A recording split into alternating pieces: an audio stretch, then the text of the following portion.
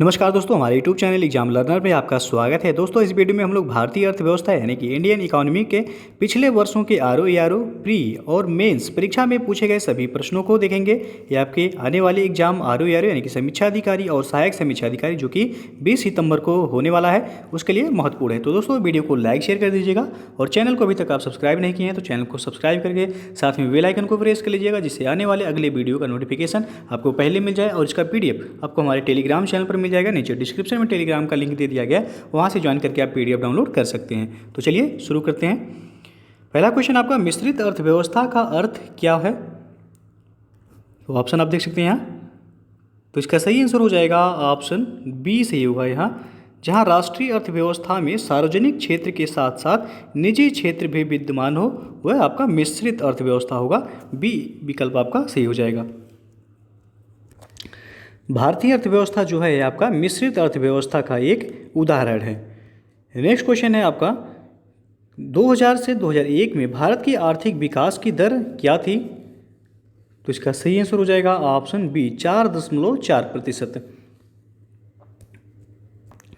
अगला क्वेश्चन है, वर्ष 2010 से 11 में 2004-5 की कीमतों पर निम्न में से कौन सी एक भारत में प्रति व्यक्ति आय है?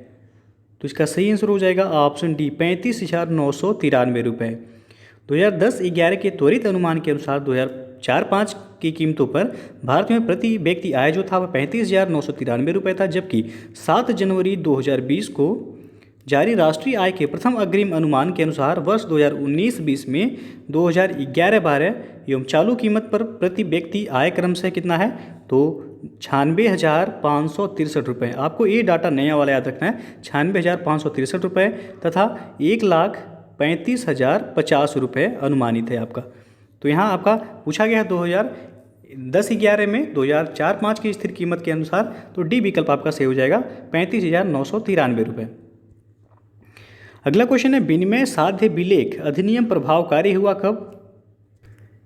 तो इसका सही आंसर हो जाएगा ऑप्शन बी से हुआ 1882 ईस्वी में विनिमय साध्य विलेख अधिनियम या 1 मार्च 1882 को प्रभावी हुआ था। बी विकल्प आपका सही हो जाएगा। नेक्स्ट है, भारत में राष्ट्रीय आय के मापने का निम्नलिखित में से कौन सा सही आधार वर्ष है? तो इसका सही आंसर हो जाएगा ऑप्शन सी से होगा 2004-5। भारत में राष्ट्रीय आय का मापने का आधार वर्ष 2004-5 था, जबकि वर्तमान में जो है राष्ट्रीय आय मापने का आधार वर्ष जो है वह 2011-12 है। तो वर्तमान जो है आपसे पूछा जाएगा कि राष्ट्रीय आय मापने का आधार वर्ष वर्तमान में क्या है, तो 2011-12 आपको आंसर करना है। नेक्स्ट है आपका, भारत में निम्नलिखित क्षेत्रों में से कौन एक क्षेत्र बचत में सर्वाधिक योगदान करता है? तो इसका सही आंसर हो जाएगा ऑप्शन सी घरेलू क्षेत्र। नेक्स्ट है आपका, उत्पादक कीमत सूचकांक मापता है? तो ऑप्शन देख सकते हैं आप यहाँ। तो इसका सही आंसर हो जाएगा ऑप्शन ए सही होगा यहाँ, उत्पादित वस्तुओं और सेवाओं की कीमत के औसत परिवर्तन को उत्पादक कीमत सूचकांक प्रोड्यूसर प्राइस इंडेक्स जिसे कहा जाता है, एक समयावधि में उत्पादित वस्तुओं और सेवाओं की कीमत के औसत परिवर्तन को मापता है। तो ये विकल्प आपका सही हो जाएगा यहाँ। नेक्स्ट है, निम्न में से किस एक से समावेशित विकास को बढ़ाने की आशा नहीं की जाती है? तो इसका सही आंसर हो जाएगा ऑप्शन ए राष्ट्रीय आय की ऊंची वृद्धि दर को। और अगला क्वेश्चन है आपका, अस्थायी विकास किसके उपयोग के संदर्भ में अंतरपीढ़ीगत संवेदनशीलता की घटना है? तो इसका सही आंसर होगा ऑप्शन ए प्राकृतिक संसाधनों का। अस्थायी विकास से तात्पर्य है कि प्राकृतिक संसाधनों को नुकसान पहुंचाए बिना आर्थिक विकास के लक्ष्यों को प्राप्त करना। तो ये ऑप्शन सही हो जाएगा। नेक्स्ट है आपका, निम्न में से किस वर्ष में साधन लागत यानी कि फैक्टर कॉस्ट पर स्थिर कीमतों पर जीडीपी की समृद्धि दर सर्वाधिक थी? तो इसका सही आंसर होगा ऑप्शन बी 2006-7। और अगला क्वेश्चन आपका, विशेष कृषि एवं ग्राम उद्योग योजना का मुख्य उद्देश्य क्या है? इसका सही आंसर हो जाएगा ऑप्शन ए कृषि निर्यात का संवर्धन। विशेष कृषि एवं ग्राम उद्योग योजना का मुख्य उद्देश्य जो है वह कृषि निर्यात को प्रोत्साहित करना है। तो ये विकल्प आपका सही हो जाएगा। अगला क्वेश्चन है, भारत के सकल घरेलू उत्पाद में 2010-11 में कृषि और संबंधित क्षेत्रों का योगदान कितना रहा है? तो ऑप्शन आप देख सकते हैं यहाँ। तो यहाँ जो इसका सही आंसर हो जाएगा ऑप्शन बी सही होगा यहाँ, लगभग 15%। यहाँ आपसे सकल घरेलू उत्पाद में 2010-11 में कृषि और संबंधित क्षेत्रों का योगदान कितना रहा है, तो लगभग 15%। और वर्तमान में 2019-20 के अनुसार जो है यह 13.9% है। तो ये तो पूछा जाएगा वर्तमान में कि भारत के सकल घरेलू उत्पाद में 2019-20 में कृषि और संबंधित क्षेत्रों का योगदान कितना है, तो 13.9% हो जाएगा आपका। और अगला प्रश्न है आपका, किसानों के लिए किसान क्रेडिट कार्ड योजना लाई गई थी कब? तो इसका सही आंसर होगा ऑप्शन ए से हो जाएगा 1998-99 में। किसान क्रेडिट कार्ड योजना, जिसको केसीसी कहा जाता है, का प्रारंभ वर्ष 1998-99 में किया गया था। इस योजना का उद्देश्य बैंकिंग व्यवस्था से किसानों को समुचित और यथासमय सरल एवं आसान तरीके से आर्थिक सहायता दिलाना है, ताकि खेती एवं जरूरी उपकरणों की खरीद के लिए उनके वित्तीय आवश्यकताओं की पूर्ति हो सके। तो ये ऑप्शन यहाँ सही हो जाएगा। अगला क्वेश्चन आपका, किसान क्रेडिट कार्ड योजना के संबंध में निम्नलिखित कथनों पर विचार कीजिए। पहला आपका दिया गया है कि किसान क्रेडिट कार्ड योजना वर्ष 2001 में शुरू की गई थी। तो ये जो है आपका गलत है। अभी हम बताएं, किसान क्रेडिट कार्ड यानी कि केसीसी की शुरुआत 1998 और 99 में की गई थी। तो पहला आपका गलत हो जाता है। दूसरा है कि यह योजना किसानों को उनकी खेती की आवश्यकताओं के लिए पर्याप्त और समय अनुकूल साख समर्थन प्रदान करती है। तो ये जो है आपका सही है। दूसरा सही है, पहला गलत है। तो आपसे पूछा क्या गया है इनमें से, तो आपका बी विकल्प सही हो जाएगा, केवल 2 सही है। अगला क्वेश्चन है, विकास का भारतीय मॉडल किसके हितों की सुरक्षा करता है? तो इसका सही आंसर हो जाएगा ऑप्शन सी, व्यक्ति और राज्य दोनों का। सी विकल्प जो है यहाँ से हो जाएगा कि विकास का भारतीय मॉडल किसके हितों की सुरक्षा करता है, तो व्यक्ति और राज्य दोनों का सुरक्षा करता है। सी विकल्प सही हो जाएगा। अगला क्वेश्चन है, कृषि श्रमिक सामाजिक सुरक्षा योजना उपलब्ध कराती है? तो इसका सही आंसर होगा ऑप्शन सी, पेंशन तथा बीमा लाभ।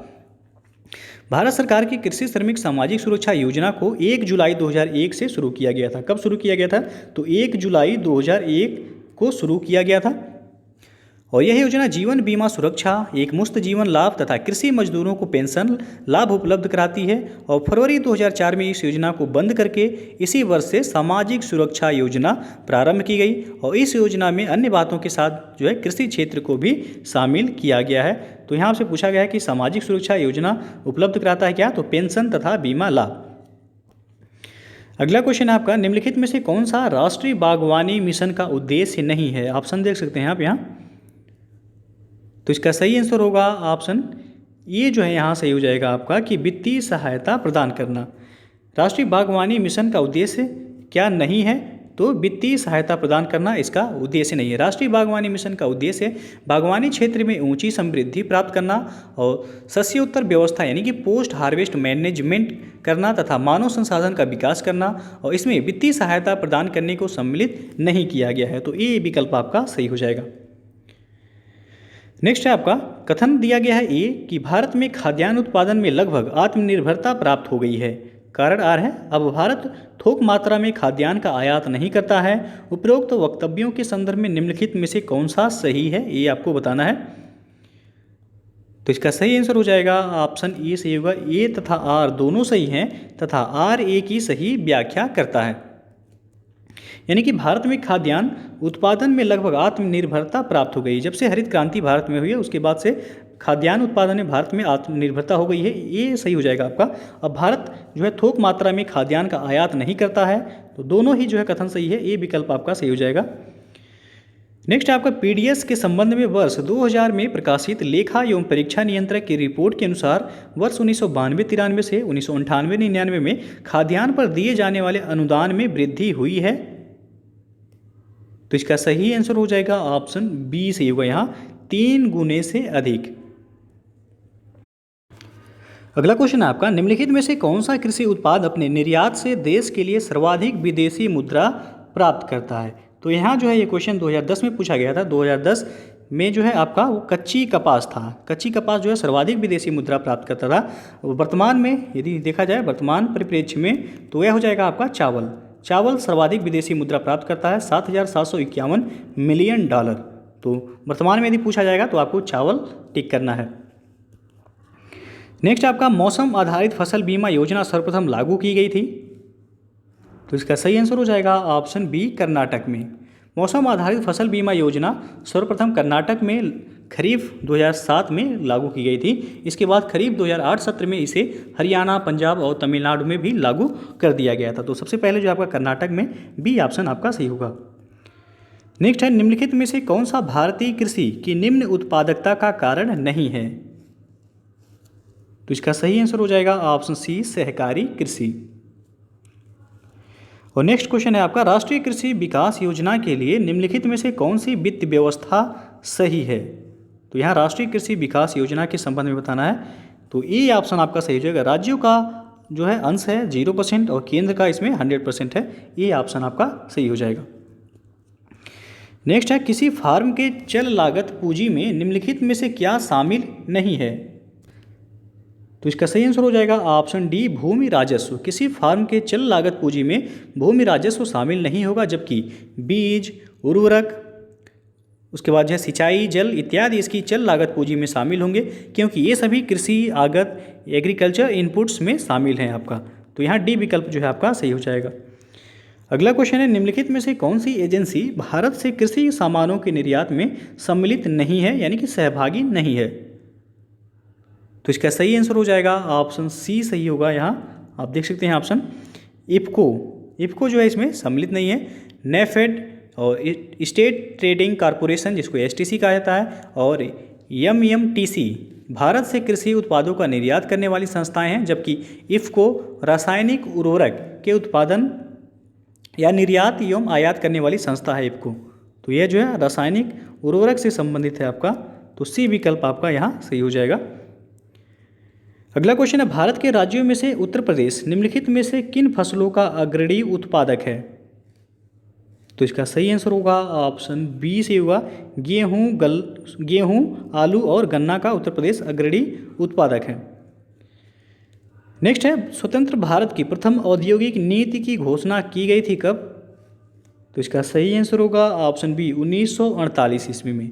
स्वतंत्रता के पश्चात देश की प्रथम औद्योगिक नीति की घोषणा 6 अप्रैल 1948 को तत्कालीन उद्योग मंत्री डॉक्टर श्यामा प्रसाद मुखर्जी द्वारा की गई थी। इसी के द्वारा देश में मिश्रित एवं नियंत्रित अर्थव्यवस्था की नींव पड़ी थी। बी विकल्प आपका सही हो जाएगा। नेक्स्ट है, सूक्ष्म लघु एवं मध्यम उद्यम विकास अधिनियम यानी कि MSMED पारित हुआ था कब? तो यह 2006 में पारित हुआ था। बी ऑप्शन सही हो जाएगा। सूक्ष्म लघु एवं मध्यम उद्यम विकास अधिनियम लोकसभा द्वारा यह 18 मई 2006 को तथा राज्यसभा द्वारा यह 22 मई 2006 को पारित किया गया था, और 16 जून 2006 को राष्ट्रपति के हस्ताक्षर के बाद जो है यह अधिनियम 2 अक्टूबर 2006 से प्रभावी हो गया था। अगला क्वेश्चन है, लघु निर्माणी उद्योग में प्लांट एवं मशीनरी में विनियोग की मात्रा होनी चाहिए? तो इसका सही आंसर हो जाएगा ऑप्शन सी से होगा। 25 लाख रुपए से ऊपर, परंतु 5 करोड़ रुपए से अधिक नहीं। सी विकल्प आपका सही हो जाएगा। सूक्ष्म लघु और मध्यम उद्यम विकास अधिनियम 2006 के अनुसार लघु निर्माणी उद्योग में प्लांट एवं मशीनरी में विनियोग की मात्रा वह 25 लाख रुपए से ऊपर, परंतु 5 करोड़ रुपए से अधिक नहीं होनी चाहिए, जबकि सेवा प्रदात्री लघु उद्योग में प्लांट एवं मशीनरी में विनियोग की सीमा 10 लाख से 2 करोड़ रुपए होनी चाहिए आपका। अगला क्वेश्चन है, उपभोक्ता सहकारी भंडार स्थापित किए जाते हैं? तो इसका सही आंसर हो जाएगा ऑप्शन ए, सदस्यों द्वारा। उपभोक्ता सहकारी भंडार सदस्यों द्वारा स्थापित किए जाते हैं, जबकि इनका पंजीकरण सहकारी समितियों के निबंधक के द्वारा होता है। नेक्स्ट है आपका कि इस समय भारत का सबसे बड़ा वस्त्र उद्योग केंद्र कौन सा है? तो ऑप्शन देख सकते हैं आप। तो इसका सही आंसर हो जाएगा ऑप्शन सी से ये हो जाएगा, मुंबई। भारत का सबसे बड़ा वस्त्र उद्योग केंद्र वह मुंबई है। यहाँ कपड़ा मिलों की सर्वाधिक संख्या है। अगला क्वेश्चन है, भारत में मिल निर्मित कपड़े का सर्वाधिक उत्पादन प्राप्त होता है कहाँ से? तो इसका सही आंसर हो जाएगा ऑप्शन ए, गुजरात से। यहाँ ध्यान दीजिएगा, मिल निर्मित पूछा गया है कि भारत में मिल निर्मित कपड़े का सर्वाधिक उत्पादन कहाँ से प्राप्त होता है? तो गुजरात से। ये ऑप्शन सही हो जाएगा। नेक्स्ट आपका, भारत के उर्वरक उद्योग के बारे में निम्नलिखित में से कौन सा कथन सही नहीं है? तो आपको बताना है कौन सा सही नहीं है। तो इसका सही जो आंसर हो जाएगा ऑप्शन सी, यहाँ जो है सही नहीं है कि रासायनिक उर्वरकों के संबंध में भारत जो है आत्मनिर्भर है। ये जो है आपका गलत है। रासायनिक उर्वरकों के संबंध में भारत आत्मनिर्भर नहीं है। नेक्स्ट है आपका सूची 1 को सूची 2 के साथ मिलान करना है और कोड के माध्यम से बताना है कि कौन सा ऑप्शन सही होगा। तो चलिए जो है देखते हैं। भिलाई आपका यह कहाँ है? भिलाई इस्पात संयंत्र की स्थापना जो है छत्तीसगढ़ में की गई है। तो ये का हो जाएगा पहला। उसके बाद बोकारो दिया गया है, बोकारो इस्पात संयंत्र की स्थापना झारखंड में की गई है। तो बी का हो जाएगा दूसरा। और दुर्गापुर इस्पात संयंत्र की स्थापना पश्चिम बंगाल में की गई है। तो सी का हो जाएगा चौथा। और राउरकेला, तो राउरकेला इस्पात संयंत्र की स्थापना उड़ीसा में किया गया है। तो डी का हो जाएगा तीसरा। 1 2 4 3 जिस विकल्प में होगा वह आपका सही हो जाएगा। 1 2 4 3 आप देख सकते हैं, विकल्प बी सही हो जाएगा यहाँ। अगला क्वेश्चन है आपका गोल्डन हैंडशेक का संदर्भ निम्नलिखित में से किस एक से है? यह महत्वपूर्ण क्वेश्चन है, जो है कई बार पूछा गया है। तो इसका सही आंसर हो जाएगा ऑप्शन बी, स्वैच्छिक सेवानिवृत्ति योजना से। वर्ष 1991 में 1991 में नई औद्योगिक नीति में सरकार ने सार्वजनिक क्षेत्र के उपक्रमों को अधिशेष कर्मचारियों से मुक्त करने के लिए प्रोत्साहन युक्त एक स्वैच्छिक सेवानिवृत्ति योजना, जिसको VRS कहा जाता है, प्रारंभ की थी। इसे ही स्वर्णिम विदाई योजना अथवा गोल्डन हैंडशेक नाम दिया गया था। अगला प्रश्न है, भारत के राज्यों में राज्य वित्त निगमों ने मुख्य रूप से जिनके विकास के लिए सहायता दी है वे हैं। तो इसका सही आंसर हो जाएगा ऑप्शन डी, मध्यम एवं छोटे पैमाने के उद्योग।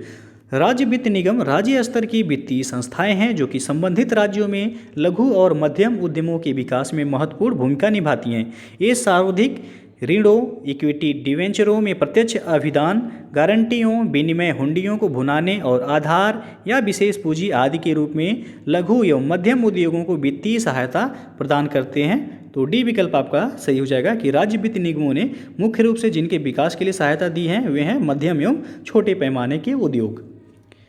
अगला क्वेश्चन है, निम्नलिखित युग्मों में से कौन सा सही सुमेलित नहीं है? तो एक तरफ जो आपका समिति का नाम दिया गया है, दूसरी तरफ उनका संबंध, तो आपको बताना है कौन सा सुमेलित नहीं है। तो इसका सही जो आंसर हो जाएगा ऑप्शन डी। यहाँ तारपोर समिति का संबंध दिया गया है बैंकों में ग्राहक सेवा से। ये जो है आपका गलत है। तारपोर समिति पूंजीगत खाते में रुपए की परिवर्तनीयता पर सलाह हेतु गठित हुई थी। बाकी जो है आपका सभी यहाँ देख सकते हैं। मल्होत्रा समिति का संबंध है बीमा क्षेत्र में सुधार से। जानकी रमन समिति का संबंध शेयर घोटाले की जांच पड़ताल से। और गोस्वामी समिति का संबंध औद्योगिक रुग्णता की समस्या से है। बाकी सभी सही हैं। डी विकल्प आपका सुमेलित नहीं है। तारपोर समिति का संबंध किससे है? तो पूंजीगत खाते में रुपए की परिवर्तनीयता पर सलाह हेतु गठित किया गया था तारपोर समिति। नेक्स्ट आपका मेक इन इंडिया कार्यक्रम का लोगो क्या है? आप सबको पता होगा, शेर है। ये ऑप्शन सही हो जाएगा। नेक्स्ट है आपका भारत में तृतीयक क्षेत्र में सम्मिलित है कौन कौन सा? व्यापार एवं परिवहन, वित्त एवं वास्तविक यानी कि अस्थावर संपदा, वानिकी और मत्स्यिकी। नीचे दिए गए कोड से सही विकल्प का चयन करें। तो इसका सही आंसर हो जाएगा ऑप्शन बी से होगा 1 और 2, यानी कि आपका व्यापार एवं परिवहन आ जाएगा तृतीयक क्षेत्र में, और वित्त एवं वास्तविक संपदा। तो बी विकल्प आपका सही हो जाएगा। इसमें वानिकी और मत्स्यिकी शामिल नहीं है। नेक्स्ट आपको परिवहन संचार वाणिज्य किसके अंतर्गत आता है? तो इसका सही आंसर होगा ऑप्शन सी, तृतीयक गतिविधियां के अंतर आता है परिवहन, संचार और वाणिज्य। नेक्स्ट है आपका भारतीय अर्थव्यवस्था में किस क्षेत्र का सकल घरेलू उत्पाद यानी कि GDP में सर्वाधिक योगदान है? तो सेवा क्षेत्र का। सी ऑप्शन सही हो जाएगा यहाँ। नेक्स्ट आपका वार्षिक आर्थिक समीक्षा को तैयार करने के लिए निम्नलिखित में से कौन उत्तरदायी है? इंपॉर्टेंट क्वेश्चन है ये। तो इसका सही आंसर हो जाएगा ऑप्शन बी, वित्त मंत्रालय। आर्थिक समीक्षा वित्त मंत्रालय द्वारा तैयार की जाती है। इसे प्रत्येक वर्ष वार्षिक बजट से पहले भारत के वित्त मंत्री द्वारा संसद में रखा जाता है, जिसमें देश के विगत वर्षों की आर्थिक स्थिति की समीक्षा की जाती है। तो बी ऑप्शन सही हो जाएगा। अगला क्वेश्चन है 12वें वित्त आयोग के अध्यक्ष कौन थे? तो इसका सही आंसर हो जाएगा ऑप्शन बी, सी रंगराजन। 12वें वित्त आयोग के अध्यक्ष सी रंगराजन थे। बी ऑप्शन सही हो जाएगा। और वर्तमान में जो है कौन सा वित्त आयोग है? तो 15वां वित्त आयोग है। 15वें वित्त आयोग के अध्यक्ष कौन है? तो NK सिंह हैं। याद रखना है आपको कौन है 15वें वित्त आयोग के अध्यक्ष? तो एन.के. सिंह हैं। और भारत के संविधान के अनुच्छेद 280, ये प्रश्न जो है पूछा गया है, मिलाने के लिए दिया जाता है। भारत के संविधान के अनुच्छेद 280 में जो है वित्त आयोग का प्रावधान है, तो अनुच्छेद याद रखिएगा 280 है। अगला क्वेश्चन आपका, पेमेंट ऑफ ग्रेच्युटी एक्ट 1972 के अनुसार ग्रेच्युटी भुगतान की अधिकतम सीमा क्या है? तो इसका सही आंसर हो जाएगा ऑप्शन सी, 10 लाख। जब ये प्रश्न जो है पूछा गया था तो उस समय ग्रेच्युटी सीमा की अधिकतम सीमा क्या था तो भुगतान का, तो 10 लाख था, और वर्तमान में जो है कितना है, 20 लाख हो गया है। अब जो है आपको यदि पूछा जाता है क्वेश्चन तो आपको टिक करना है कितना, 20 लाख। अगला प्रश्न है आपका, भारत में किसने आमदनी पर कर की शुरुआत की थी? तो इसका सही आंसर हो जाएगा ऑप्शन सी, जेम्स विल्सन ने। भारत में आयकर वो 24 जुलाई 1860 को सर जेम्स विल्सन द्वारा तैयार किया गया था। यह ऐसा कर था जो कि चुनिंदा अमीरों, शाही परिवारों और ब्रिटिश नागरिकों पर लगाया जाता था। आधुनिक समय में आयकर व्यक्ति की आय पर लगाया जाने वाला एक वार्षिक कर हो गया है। आपका सी ऑप्शन यहाँ से हो जाएगा कि भारत में किसने आमदनी पर कर की शुरुआत की थी? तो जेम्स विल्सन ने। नेक्स्ट आपका, सेबी अधिनियम पारित हुआ था कब? तो इसका सही आंसर हो जाएगा ऑप्शन सी, 1992 में। भारतीय प्रतिभूति और विनिमय बोर्ड, जिसको सेबी कहा जाता है, सहयोग निधियों का नियमन करती है। सेबी मूलतः एक गैर सांविधिक संस्था थी जिसकी स्थापना केंद्र सरकार के एक प्रस्ताव द्वारा 12 अप्रैल 1988 को की गई थी। बाद में 30 जनवरी 1992 को एक अध्यादेश द्वारा इस संस्था को सांविधिक यानी कि संवैधानिक दर्जा प्रदान कर दिया गया, और यह अध्यादेश 4 अप्रैल 1992 को संसद के अधिनियम द्वारा प्रतिस्थापित किया गया। इसका मुख्यालय मुंबई में है। इसके क्षेत्रीय कार्यालय कोलकाता, दिल्ली तथा चेन्नई में स्थापित किए गए हैं। तो यदि पूछा जाएगा कि सेबी का मुख्यालय कहाँ है तो मुंबई हो जाएगा, और इसके क्षेत्रीय जो कार्यालय हैं वह कोलकाता में है, दिल्ली में, चेन्नई में जो है इसके क्षेत्रीय कार्यालय हैं। नेक्स्ट है आपका, सूची 1 को सूची 2 के साथ मिलान करना है और कोड के माध्यम से बताना है कि कौन सा ऑप्शन सही हो जाएगा यहाँ। तो चलिए जो है देखते हैं। सबसे पहला आपका दिया गया है कैपिटल गेन टैक्स, तो यह हो जाएगा आपका संपत्ति विक्रय से। ए का चौथा हो जाएगा। कैपिटल गेन टैक्स किससे संबंधित होगा? संपत्ति विक्रय से। ए का चौथा सेंट्रल एक्साइज ड्यूटी, इसका संबंध हो जाएगा आपका फैक्ट्री निर्मित वस्तु से, तो बी का हो जाएगा दूसरा। उसके बाद जो है आपका सी है कस्टम ड्यूटी, तो कस्टम ड्यूटी का संबंध होगा आयात से, सी का हो जाएगा तीसरा। और कारपोरेट टैक्स का संबंध हो जाएगा आपका आय से, तो डी का हो जाएगा पहला। तो 4 2 3 1 जिस विकल्प में होगा वैसे हो जाएगा आपका 4 2 3 1। 4 2 3 1 आप देख सकते हैं विकल्प ए सही हो जाएगा। अगला क्वेश्चन है, जीएसटी किस तरह का कर है? तो इसका सही आंसर हो जाएगा ऑप्शन बी, जीएसटी एक अप्रत्यक्ष कर है। वस्तु एवं सेवा कर, goods and service tax, GST इसको कहा जाता है, पूरे देश के लिए एक अप्रत्यक्ष कर है जो भारत को एकीकृत साझा बाजार के रूप में परिवर्तित कर दिया गया है। इसने अपने पूर्ववर्ती अधिकांश अप्रत्यक्ष करों को आच्छादित कर लिया है। यह विनिर्माता से लेकर उपभोक्ता तक वस्तुओं एवं सेवाओं की आपूर्ति पर एकल कर है। इसके तहत प्रत्येक चरण में केवल मूल्यवर्धन पर ही कर लगाया जाता है। यह कर 1 जुलाई 2017 से पूरे देश में लागू है। तो यदि पूछा जाए जीएसटी कब से लागू है तो 1 जुलाई 2017 से यह पूरे भारत में लागू है जीएसटी। यह एक अप्रत्यक्ष कर है, इनडायरेक्ट टैक्स है। नेक्स्ट है आपका, भारत में दीर्घकालीन राजकोषीय नीति की घोषणा किस वित्त मंत्री द्वारा की गई? तो ऑप्शन आप देख सकते हैं यहाँ। तो इसका सही आंसर हो जाएगा ऑप्शन ए से होगा बीपी सिंह। वर्ष 1985-86 के बजट भाषण में तत्कालीन वित्त मंत्री बीपी सिंह द्वारा दीर्घकालीन राजकोषीय नीति की घोषणा की गई थी। ये विकल्प आपका सही हो जाएगा। आगे बढ़ते हैं। पैन के प्रारंभ में 5 अंग्रेजी के अक्षर होते हैं, जैसे कि आपका AFZPK, फिर जो है आपका 7190K। इसमें P क्या दर्शाता है? तो इसमें आपको बताना है P जो है वह क्या दर्शाता है। तो इसका सही आंसर हो जाएगा ऑप्शन ए, व्यक्तिगत यानी कि पर्सनल। और अगला है आपका, निम्नलिखित में से कौन सा प्रत्यक्ष कर है? तो यहाँ आप देख सकते हैं ऑप्शन। तो इसका सही जो आंसर हो जाएगा ऑप्शन डी, संपदा कर। संपदा कर जो है कैसा कर है, तो ये आपका डायरेक्ट टैक्स है, यानी कि प्रत्यक्ष कर है। डी विकल्प सही हो जाएगा। नेक्स्ट है आपका, निम्नलिखित में से किस भारतीय पंचवर्षीय योजना ने सभी विकासात्मक प्रयासों के सार के रूप में मानव विकास को मान्यता दी? तो इसका सही जो आंसर हो जाएगा ऑप्शन बी से हो जाएगा यहाँ, 8वीं पंचवर्षीय योजना। 8वीं पंचवर्षीय योजना का मूलभूत उद्देश्य था विभिन्न पहलुओं में मानव विकास। नेक्स्ट आपका, निम्नलिखित में से कौन सा एक दशक भारतीय नियोजन के इतिहास में रोजगार विहीन वृद्धि का दशक कहलाने योग्य है? तो इसका सही आंसर हो जाएगा ऑप्शन बी, 1991 से 2000। 8वीं पंचवर्षीय योजना अवधि जो रही वह 1992 से लेकर 1997 तक रही।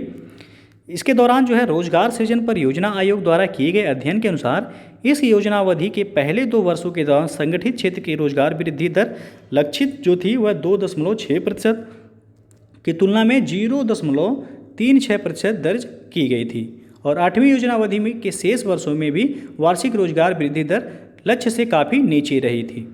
तो यहाँ जो है आपका बी विकल्प सही हो जाएगा कि निम्नलिखित में से कौन सा एक दशक भारतीय नियोजन के इतिहास में रोजगार विहीन वृद्धि का दशक कहलाने योग्य है? तो वह आपका 1991 से 2000 का दशक। बी ऑप्शन सही हो जाएगा। अगला क्वेश्चन है, प्लानिंग एंड द पुअर पुस्तक के लेखक कौन है? तो इसका सही आंसर हो जाएगा option B S Minhas. Planning and the poor पुस्तक के लेखक जो हैं वह हैं B S Minhas. B option सही हो जाएगा। अगला क्वेश्चन है, सूची 1 को सूची 2 के साथ मिलान करना है और कोड के माध्यम से बताना है कौन सा ऑप्शन सही होगा। तो यहाँ आप देख सकते हैं एक तरफ जो है संस्था दिया गया है, दूसरी तरफ उनका स्थापना वर्ष। तो आपको जो है मिलान करना है। तो सबसे पहला है आपका भारतीय औद्योगिक साख एवं निवेश निगम ICICI की स्थापना कब हुई थी? तो 1955 में हुआ था। ए का हो जाएगा चौथा, यहाँ मिसप्रिंट है, ए का क्या होगा तो चौथा हो जाएगा। उसके बाद है भारतीय औद्योगिक विकास बैंक जिसको IDB कहा जाता है। IDB की स्थापना कब हुआ था? तो 1964 में हुआ था। तो बी का हो जाएगा पहला। फिर जो है सी है भारतीय औद्योगिक वित्त निगम IFCI। तो IFCI का स्थापना कब हुआ था? तो 1948 में हुआ था भारतीय औद्योगिक वित्त निगम का स्थापना। सी का हो जाएगा दूसरा। और डी है आपका भारतीय लघु उद्योग विकास निगम सिडबी की स्थापना कब हुई थी? तो 1990 में हुआ था। डी का हो जाएगा तीसरा। तो 4 1 2 3 जिस ऑप्शन में होगा वैसे हो जाएगा आपका 4 1 2 3। आप देख सकते हैं विकल्प डी सही होगा यहाँ। अगला क्वेश्चन है, निम्न में से नाबार्ड का मुख्यालय कहाँ है? तो इसका सही आंसर हो जाएगा ऑप्शन सी, मुंबई में। राष्ट्रीय कृषि और ग्रामीण विकास बैंक जिसको नाबार्ड कहा जाता है, यह 1980 से 85 छठी पंचवर्षीय योजना अवधि में छठी पंचवर्षीय योजना अवधि क्या थी? तो 1980 से लेकर 1985 तक थी। यह जुलाई 1982 में इसकी स्थापना की गई थी। 12 जुलाई 1982 को नाबार्ड की स्थापना की गई थी। और इसका मुख्यालय कहाँ है? तो मुंबई में है। और यह कृषि शाख के क्षेत्र में एक शीर्षस्थ संस्था है आपका नाबार्ड। तो सी विकल्प आपका सही हो जाएगा यहाँ। और यह भी पूछा जाता है कि इसकी स्थापना कौन से पंचवर्षीय योजना के दौरान की गई थी? तो छठी पंचवर्षीय योजना के दौरान की गई थी। इसकी स्थापना डेट भी पूछ लिया जाता है, 12 जुलाई 1982 याद रखिएगा। नाबार्ड का मुख्यालय कहाँ है? तो मुंबई में है। नेक्स्ट आपका, मुद्रा एवं वित्तीय मामलों में सरकार का वित्तीय अभिकर्ता एवं सलाहकार कौन है? तो इसका सही आंसर हो जाएगा ऑप्शन सी, RBI। मुद्रा एवं वित्तीय मामलों में सरकार का वित्तीय अभिकर्ता एवं सलाहकार जो है वह आपका RBI है। बी ऑप्शन सही हो जाएगा, यानी कि भारतीय रिजर्व बैंक। अगला क्वेश्चन आपका, निम्नलिखित कथनों पर विचार कीजिए। पहला दिया गया, GST परिषद की अध्यक्षता संघीय वित्त मंत्री करते हैं और केंद्र के राजस्व या वित्त के प्रभारी राज्य मंत्री इसके सदस्य हैं। दूसरा है, GST परिषद कर दर से छूट वाली वस्तुओं के बारे में निर्णय करेगी और नई कर नीति की देहली निर्धारण भी करेगी।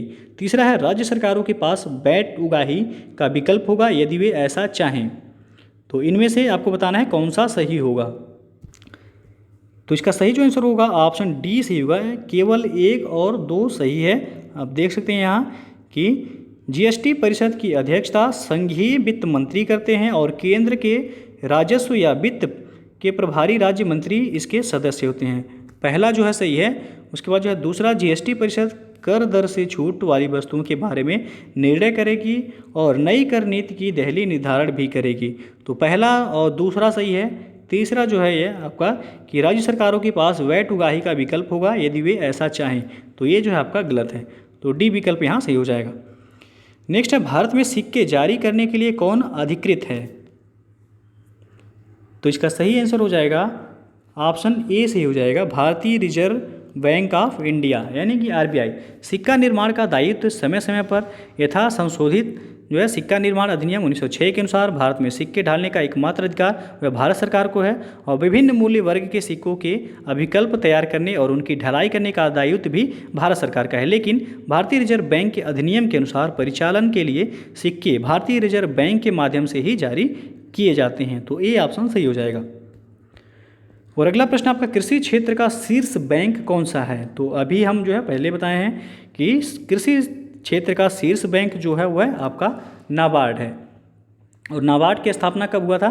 तो 12 जुलाई 1982 को नाबार्ड की स्थापना की गई थी। इसका मुख्यालय कहाँ है? तो मुंबई महाराष्ट्र में इसका मुख्यालय है। नाबार्ड का जो है कभी कभी फुल फॉर्म भी पूछ लिया जाता है। नाबार्ड का फुल फॉर्म पूछा जाता है, तो इसका फुल फॉर्म होता है national bank for agriculture and rural development, यानी कि राष्ट्रीय कृषि एवं ग्रामीण विकास बैंक इसका जो है फुल फॉर्म होता है। एक बार फिर से सुन लीजिएगा, national bank for agriculture and rural development इसका फुल फॉर्म होता है नाबार्ड का। अगला क्वेश्चन है, भारत सरकार ने देश के 14 बैंकों का राष्ट्रीयकरण कब किया था? तो इसका सही आंसर हो जाएगा ऑप्शन ए, जुलाई 1969 में। तो ये ऑप्शन जो है आपका सही हो जाएगा। भारत सरकार ने 19 जुलाई, यदि पूछा जाएगा डेट एग्जैक्ट, तो 19 जुलाई 1969 को देश के 14 बड़े व्यावसायिक बैंकों का राष्ट्रीयकरण कर दिया, जिनकी जमाएं जो है 50 करोड़ रुपए से अधिक थी, 50 करोड़ से अधिक थी। तो ये विकल्प आपका सही हो जाएगा। अगला क्वेश्चन है, किस भारतीय व्यावसायिक बैंक ने सबसे पहले चलती फिरती एटीएम सेवा प्रारंभ की थी? तो इसका सही आंसर हो जाएगा ऑप्शन ए, आईसीआईसीआई बैंक ने। भारत की प्राइवेट व्यावसायिक बैंक आईसीआईसीआई बैंक लिमिटेड ने 12 दिसंबर 2002 को मुंबई में सबसे पहले चलती फिरती एटीएम यानी कि मोबाइल एटीएम सेवा प्रारंभ की थी। और अगला क्वेश्चन आपका, प्रतिछाया बैंकिंग क्या है? तो इसका सही आंसर हो जाएगा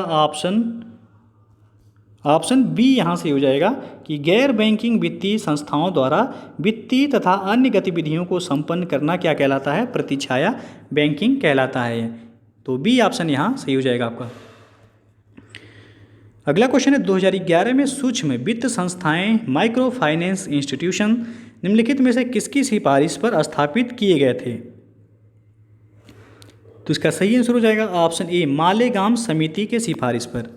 वर्ष 2010-11 में सूक्ष्म वित्त संस्थाओं द्वारा ऋणों की वसूली के लिए अनुचित व्यवहार अपनाने तथा इन व्यवहारों के कारण कुछ किसानों द्वारा आत्महत्याओं की रिपोर्टों को देखते हुए भारतीय रिजर्व बैंक ने सूक्ष्म वित्त क्षेत्र के अध्ययन एवं उस पर सुझावों हेतु वाई.एच. मालेगाम समिति की अध्यक्षता में एक समिति का गठन किया था, जिसने अपनी सिफारिशें प्रस्तुत की थी। तो ये विकल्प आपका सही हो जाएगा यहाँ। तो दोस्तों जो है ये था आपका भारतीय अर्थव्यवस्था से अभी तक के आरओ प्री और मेंस परीक्षा में पूछे गए प्रश्न। तो दोस्तों यदि वीडियो पसंद आया हो तो लाइक शेयर कर दीजिएगा और चैनल को अभी तक आप सब्सक्राइब नहीं किए हैं तो चैनल को सब्सक्राइब करके साथ में बेल आइकन को प्रेस कर लीजिएगा, जिससे आने वाले अगले वीडियो का नोटिफिकेशन आपको पहले मिल जाए। और इसका पीडीएफ आपको हमारे टेलीग्राम चैनल पर मिल जाएगा। नीचे डिस्क्रिप्शन में टेलीग्राम का लिंक दे दिया गया है, वहाँ से आप ज्वाइन करके पीडीएफ डाउनलोड कर सकते हैं। तो दोस्तों वीडियो को पूरा देखने के लिए बहुत बहुत धन्यवाद।